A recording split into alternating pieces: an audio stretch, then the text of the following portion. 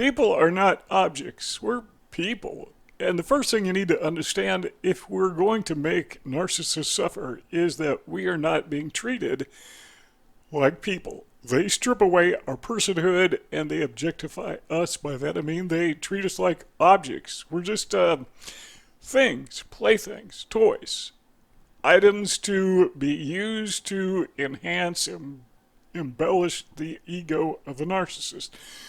Once we get past that, and I'm guessing you probably already figured that out, otherwise you would not be here, is the narcissist is abusing you, treating you not like a person. Personhood is out of the picture.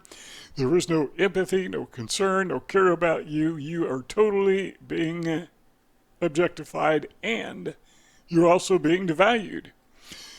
If you have a narcissist in your life, almost certainly the narcissist is humiliating you in front of others, and the reason he or she is doing that, we've talked about this in other videos, they need respect from others, and the way they get respect from others is disrespecting you. I made a video on how to get a narcissist to respect you, and it's a trick question, because they are not going to respect you. Now, you can get them to treat you with respect, but they really don't they really don't respect you at all. And understand that as they humiliate you in front of others, that they are portraying you as the problem. You are being demonized. So all these things coalesce to make the narcissist superior to you and superior in the eyes of everyone else the narcissist thinks. All right, so how are we going to make them suffer? Well, the first thing you need to understand is that thing that narcissists hate the most. If you've watched my other videos, you know what's coming next. The thing that narcissists hate is the truth. It doesn't matter if it's explicit, just telling the truth, or implicit, by you living a consistent life, contradicting what the narcissist says about you without even saying it. But the narcissist hates the truth. That is the thing that destroys him or her. It's kind of like kryptonite, you know. Remember the old Superman things? Superman movies. Used to be a TV show back in the 60s or 50s, I think, late 50s. And the one thing that would take him down was kryptonite. Well, Superman was a good guy. The narcissist, well, they're bad guys. But still, there's something that takes them down, and that's the truth. And he or she understands that, and so what they do is they try to control the narrative. That's what the smear campaign is all about, and that's why the truth is so important, because they don't identify with truth at all. I mean, their lives are lies. Their lives are lies. That is how they live. That is what they have, this false persona that they project. And they use you, as we said earlier, as an object to reinforce that perception that they're trying to project onto others. So they see them, well, so that others will agree with the lie. In other words, we could say it this way. They're really, really good actors. They're so convincing that at one time, you were convinced. Remember the love bombing, the love bonding? Yeah, I was convinced. More times than I care to remember. So you need to be very honest about them. Tell the truth. Now, you got to be careful here because people are going to come up and they're going to ask you about the narcissist. And you're going to be ready to unload, right? But what we need to keep in mind is the narcissist has these people that I call proxies. Most people call them flying monkeys. I don't like that term. But they have proxies that stand in their place to do their bidding. And one of the things narcissists love to do, and I've experienced this, figured it out too late, but they love to send these proxies to have a conversation with you, to pick your mind, to see where you're coming from, to find out what you know about them or what you're saying about them. So yeah, you got to be honest, but that doesn't mean you have to talk all the time. You've got to be sensitive that maybe this person that you're talking to has a connection with the narcissist, and maybe this is not the person you should be divulging information, particularly if you know this person is associated with a narcissist, and particularly if you know they are on good terms. There's a good chance. You don't know for certain. But there's a good chance that you're telling the truth to a proxy who's just finding out what you're saying so the narcissist can, again, control the narrative. Make you out to be a liar, even though you're telling the truth. They will find holes or try to find holes or poke holes in what is actually true. Now, something else you can do when it comes to telling the truth, say you're at the workplace and you've got a narcissist who is causing you trouble, you might want to consider going to the boss, or if it's a neighborhood issue, a civil issue, you might want to talk to the authorities. Particularly if there's a criminal offense involved, that happens sometimes. I've known narcissists, they don't like somebody, they go knock over their mailbox. I mean, these people, as I've said in other videos, and at the end of this video, we're going to have a link to our library. You go back and watch some of these. But as we've mentioned in other videos, narcissists tend to have the maturity of a toddler, of a preschooler. And they do really, really weird things, like knock over somebody's mailbox, puncture a hole in the tire, whatever. I mean, they do these things, honestly. Not all of them, but sometimes they do. And the whole purpose, keep in mind, of that smear campaign is to discredit you.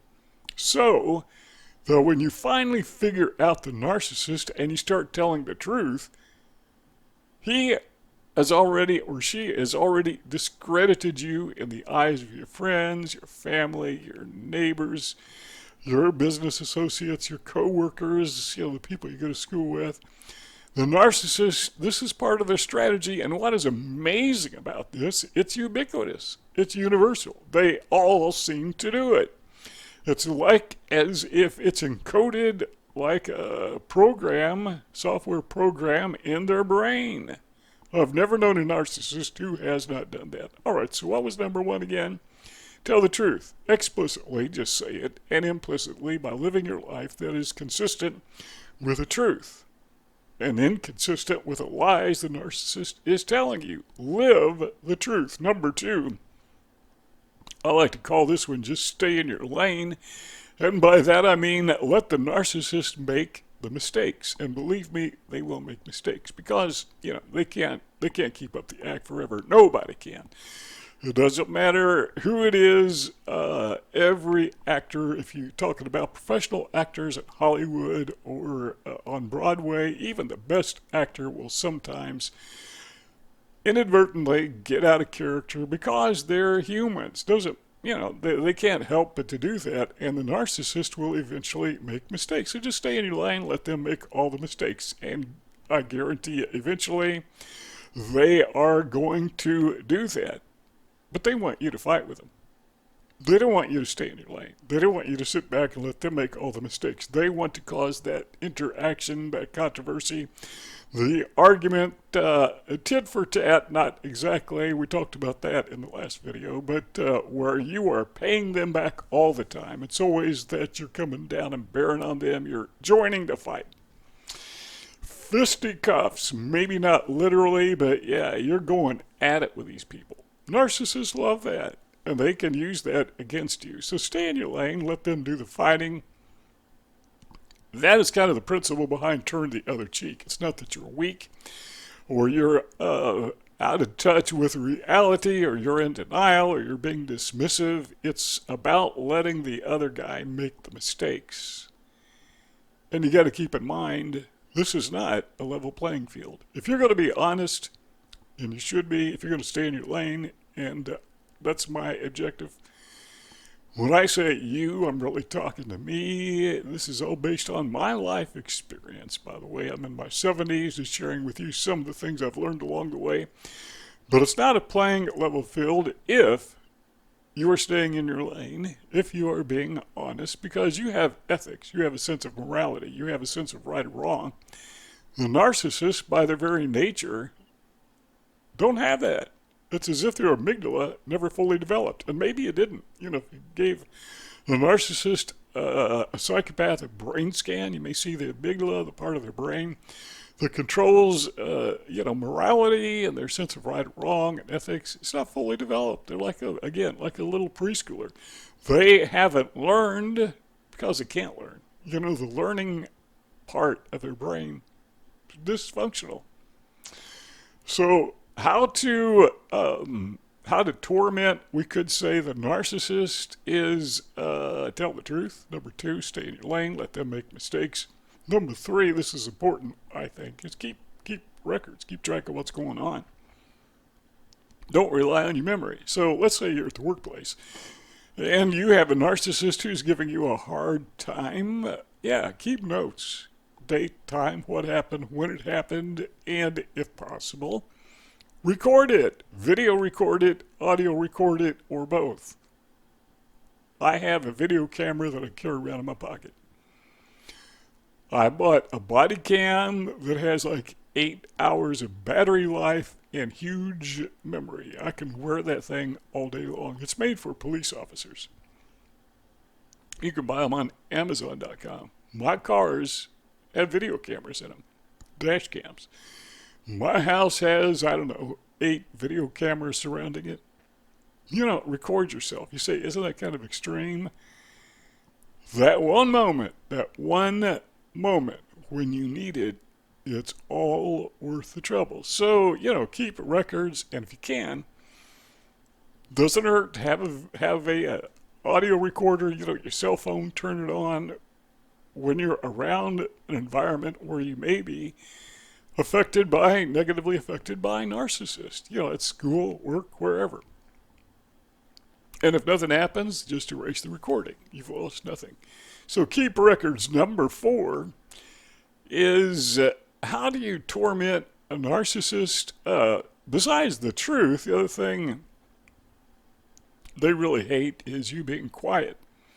Because they are trying to pull, as we mentioned earlier, they're trying to pull information out of you. They want to know where you're coming from. Because even though these people think they are players, they're not mind readers. They really don't know what you are thinking.